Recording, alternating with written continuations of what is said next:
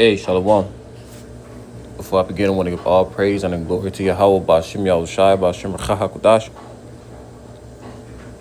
I want to give double honors to my teachers, the head apostles and elders of Great Millstone, and send a Kazak Shalom to the hopeful elect. And this lesson was inspired by TikTok,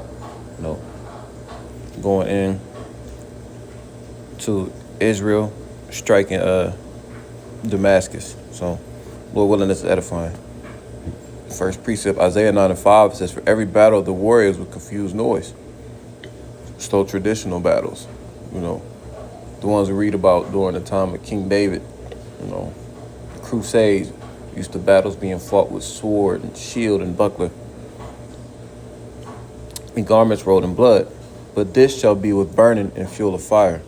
So now it's not far-fetched that the scriptures mention the missiles before they actually came to pass.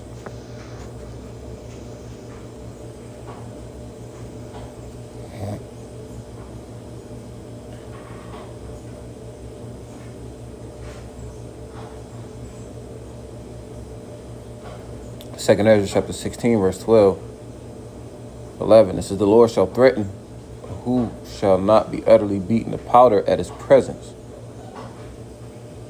The earth quaketh in the foundation thereof.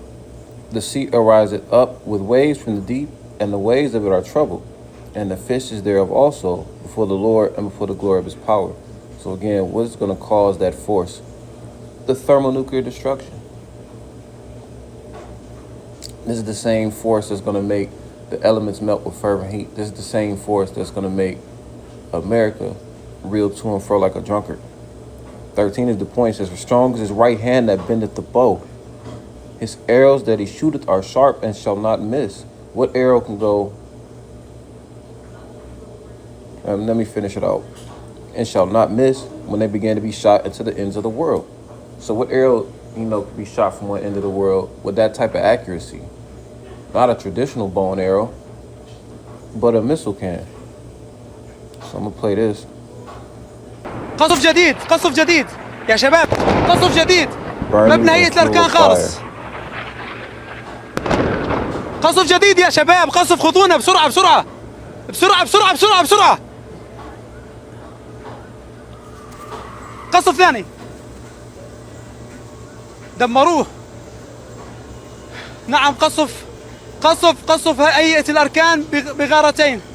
نعم نعم نعم، قصف بغارتين استهدفت هيئة الأركان بشكل مزدوج من اليمين ومن اليسار. شاهدنا قطع من المبنى تتطاير. حقيقة على ما يبدو أن المبنى قد تعرض.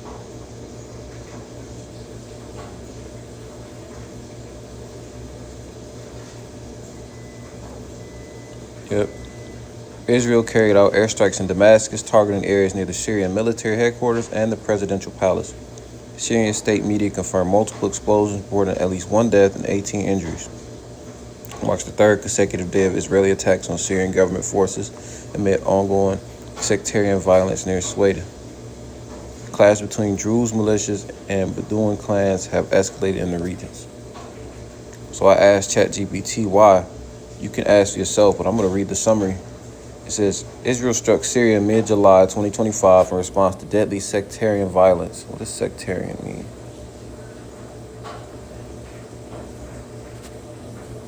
Concern arises from membership of a particular religious or political group or from divisions among such groups. Okay. In Suwaida and the deployment of Syrian military forces into a zone Israel considers off limits. The strikes targeted Syrian command centers and military infrastructure, both as a show of force and means to halt perceived violations of demilitarization conditions. The operation reflects a broader Israeli strategy to protect allies, deter hostile elements,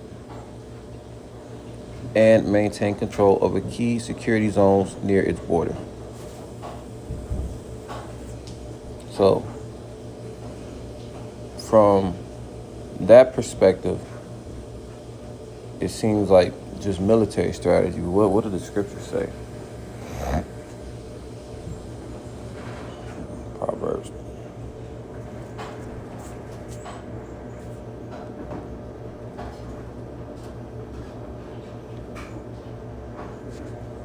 Proverbs 21:1, it says, the king's heart is in the hand of the Lord, as the rivers of water. He turneth it whithersoever he will. So, Yahweh Shem Yahushua is working on the minds of these different government officials. He's working on the minds of the different leaders and kings. It says, every way of a man is right in his own eyes, but the Lord pondereth the hearts. So ultimately, Yahweh Shem Yahushua's will is going to be done. Doesn't matter what people think afterwards, or, well, let me rephrase that. Who's inspiring those thoughts?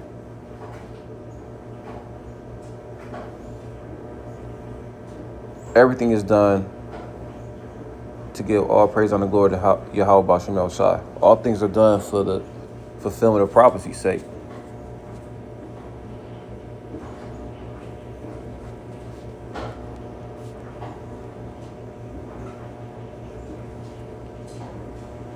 This is Matthew 24:6, straight to the point. And ye shall hear of wars and rumors of wars. So,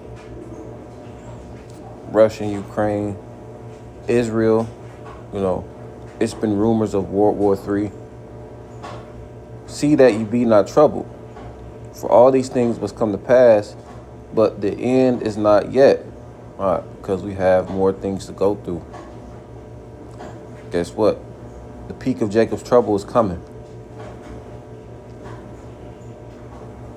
For nation shall rise against nation, and kingdom against kingdom, and there shall be famines and pestilences and earthquakes in diverse places.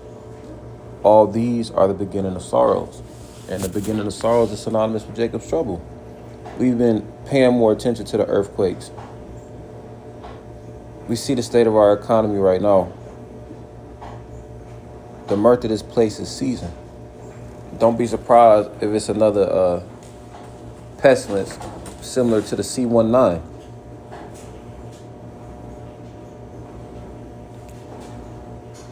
There are a lot of things that are about to happen in America. But guess what? We pay attention to prophecies worldwide to determine what? 2nd Ezra 9, how close the Lord is to returning. So when we see things like Israel, because he is the least of the flock, and he's going to draw people out to war, he being Amalek, the small hats, we know that World War III is coming.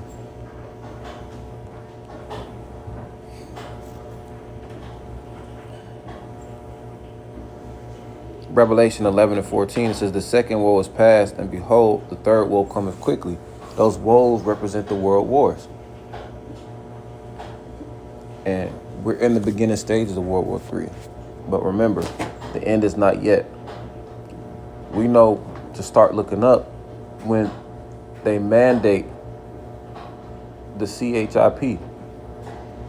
So, Lord willing, this is edifying. Until next time, shalom.